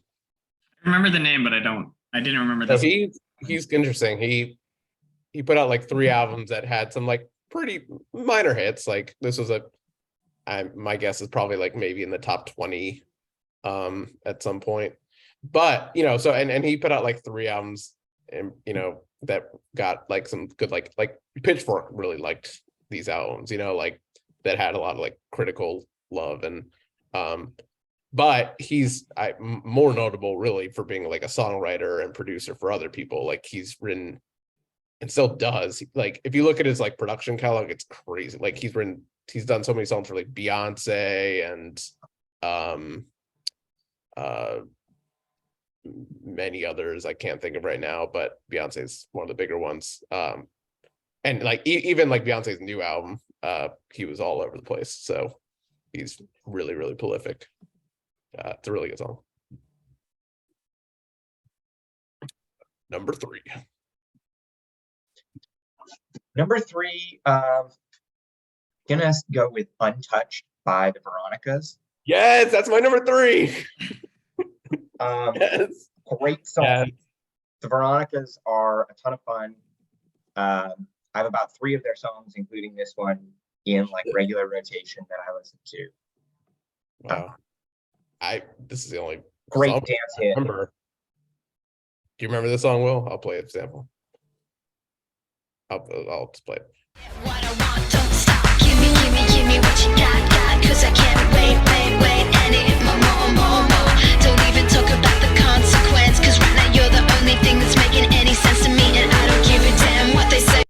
Feel so untouched, and I want you so much that I just can't resist you. Great song. I love That is it. good. I feel like that slipped through the cracks for me. I forgot that song. Yeah, it's like imagine if like Evanescence was fun. Like it'd be that. I resemble that Great remark. way to put it. It's a spectacular song. It is a really good song. Yeah, I don't need to add more to that. My number 3 is this really goes to the test I've been using in the last few years of this podcast, which is if this song comes on at a wedding, which first of all, credit for still being played at weddings. But if it comes on, would I want to get up and dance to it? And this very much is that. I know what you're gonna say. Do you? What do you think I'm gonna say? I don't think you have it. Actually, don't, because I think you're gonna spoil my other songs. The next song is all past. Is it? No, just say it. Whatever. It is Chicken Fry by Zach. That's not what I thought. Okay. Wow. I don't know. All right. That's a great song. That is a great mention for me. Pie, and that's home, sweet tea, pecan pie, and homemade wine, where the peaches grow. In my house, it's not much to talk about. Like that verse near the end where he gets patriotic very suddenly. Yeah, the last verse I did not. Very out of nowhere. I feel like that gets cut off at weddings. I did not remember that whatsoever. Or it's like, and then the stars and stripes. It's like, what? And the best part is that it leads right into the chorus. So he's like, let's thank the troops in Iraq for letting us still have fried chicken and jeans. Yeah, yeah, pretty much. Yeah, I think 2009 was maybe like my nadir of how much I like hated country music. So I definitely missed this at the time. But I've done a pretty big 180 since then. And this is just a fun song. It still gets played all the time. I feel like it's had a lot of staying power. Yeah, fun little dude. It's definitely a big frat song still. Yeah. That's number 3. That's your number 3. That's my number 3. Okay. And my number 3 is Untouched. So I almost put that at I almost put Untouched at number 2. I'm going back and forth, but I'll keep it at number 3. Number 2. Okay. My number 2 is Don't Trust Me by 303. Oh wow. Okay. You hear this? Do you remember this, Will? I don't. Oh, I remember this. Your boyfriend, if he says he's got beef, that I'm a vegetarian and I ain't fucking scared of him. She wants to touch me, woo. She wants to love me, woo. She'll never leave me, woo. Don't trust her, never. Misogynistic. Yeah, the line that is probably up there in the offensiveness with Every Girl is the bridge where they say, "Shush, girl, shut your lips, do the Helen Keller, and talk with your hips." Oh yeah, that line. Oh wow, that line. I forgot about that one. Yeah. That's but it's the Pride of Colorado. They're like 2 frat boys from Colorado. Yeah, like I just dig that whole band and that vibe. And I love that song. It's fun. Also, like, why would you think Helen Keller would have to talk with their hips? The point of Helen Keller is that she can communicate in other ways. Like even as like that's like why she's known. Like I still love that song. I still am happy when it comes on at parties. Like I'm very much. Like, you don't have to. Yeah, it's a good song. Okay, so continuing that same trend of still comes on at weddings and love it. And also this is the second that I reference of the clarinet section being obsessed with this as I joined the clarinet section. And that is Party in the USA by Miley Cyrus. Okay, that's what I thought you were gonna say the last time. Yeah, yeah. That's fair. So I put my hands up to play my song, the butterflies fly away. Nodding my head like yeah, moving my hips like yeah. Who knows the song? I think that's a generational like defining song for us. Yeah, I just remember getting there in band camp freshman year, and everybody was obsessed with this song, and I barely knew it. And I was like, "What is this?" And then it took a while, but it just grew. It's grown on me like constantly since then. And it's a great song. I mean, like, you can't deny that song. Mm-hmm. Oh, so my number 2 song is another song by Lady Gaga. And this is the song's called Paparazzi. Still one of my favorite lyrics. Baby, there's no other superstar, you know that I'll be paparazzi. Promise I'll be kind, but I won't stop until that boy is mine. Yeah, this was the song. This was like the song that when it came out, like, and I heard, I was like, this is the first Lady Gaga song. I'm like, oh, this is good. Like, oh, like there's something, like there is something that stands out of like about her, because I thought this is just a really like, I don't know, it's just a cool song. Like it's different. Like it has a different feel than like Poker Face or Just Dance. Like, it's also kind of the first single you can actually hear how great of a singer she is. Yeah. Like it's a really interesting like composition. And I remember she performed this at, I think, like the VMAs.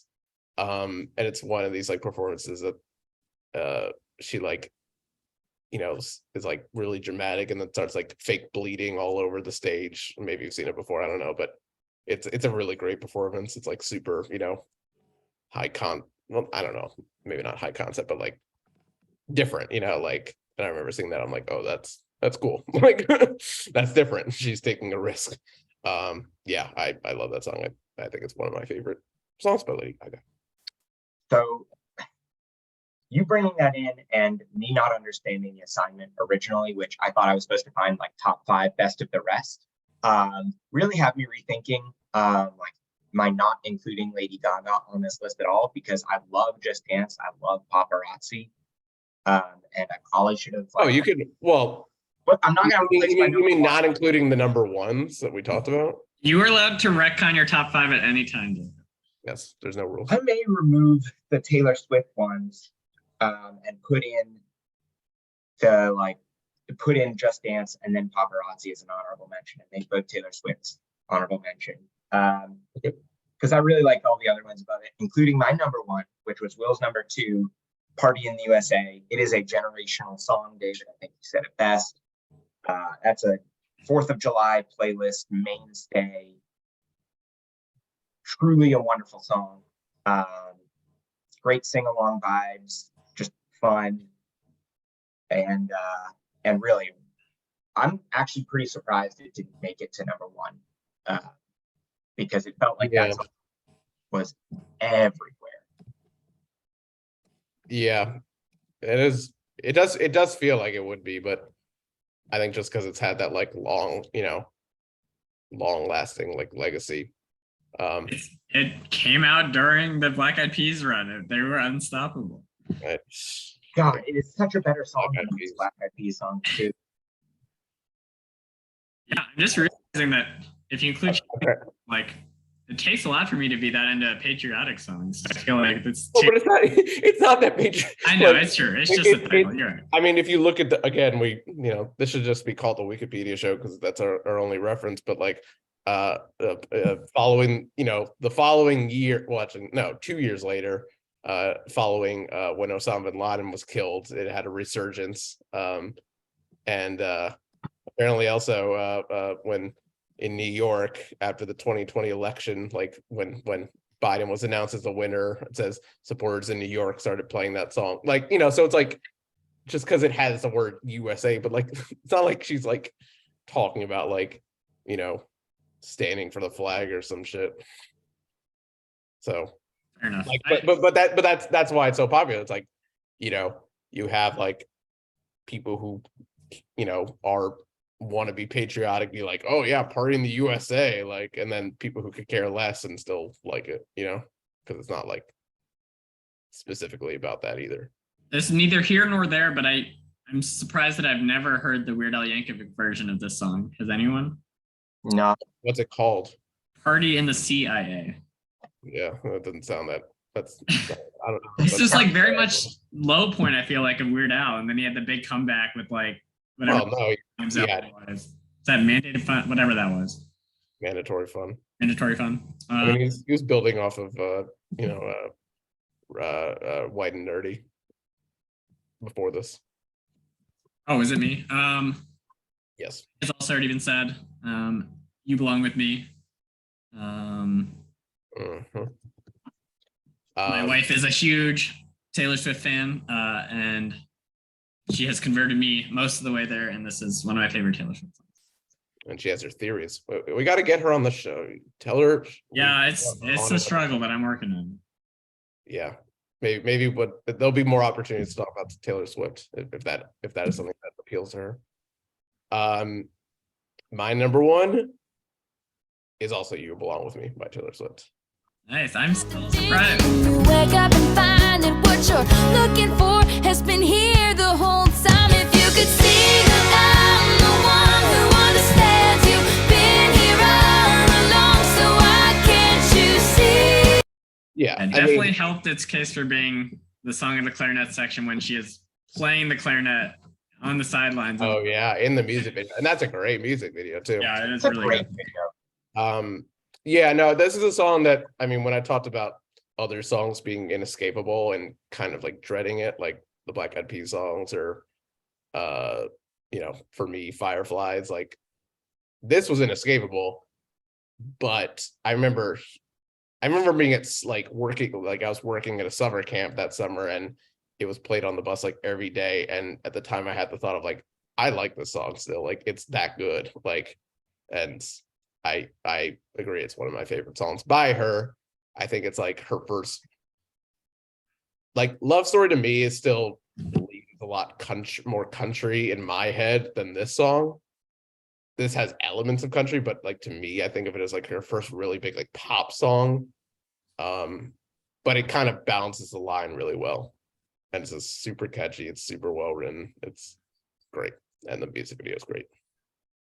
So I think this might be the first year we had the same number one with. Yeah, that might be true. I feel overlap all three of us. Yeah. Well, not the. Well, I was kind of lumping Lady Gaga. Also, Jacob bumped us off his list, so. Yeah, I mean, again, I love that song. It's just like I really like some of the other songs. If I'm being honest about like which is a better song, I probably would say that Don't. No, that's not the point of the top. Oh, we're not voting. You're not voting for the best constructed song. It's what you like. Yeah, I love Don't Trust Me. Yeah, it's misogynistic, whatever. It's so fun. It's fun. All right. Well, that is 2009. 2010, we'll be hearing more from some of these same artists. Thank you, Jacob, for joining us again. We'll have you back. I love it. I also love just getting to catch up with you guys. So for sure. Come back soon. We'll have you sooner on than the gap between 1993 and 2009. Yeah, that might happen. It won't be another 16 years. Sure, but also at the rate. Yeah, but also at the rate we're going. Podcast, if he came on for 2010, it could be a longer gap chronologically than when he was on 93 to 2009. Oh, no. I was on 93 like 2 apartments ago. It may be another 2 apartments. That's what we're saying. Oh, no, it won't be. I mean, I hope I'm not moving again that quickly, but that's good. All right. Well, we'll close off. Should I close off by playing the Power remix of You Belong With Me or the Kids Bop version of You Belong With Me? Power remix. All right.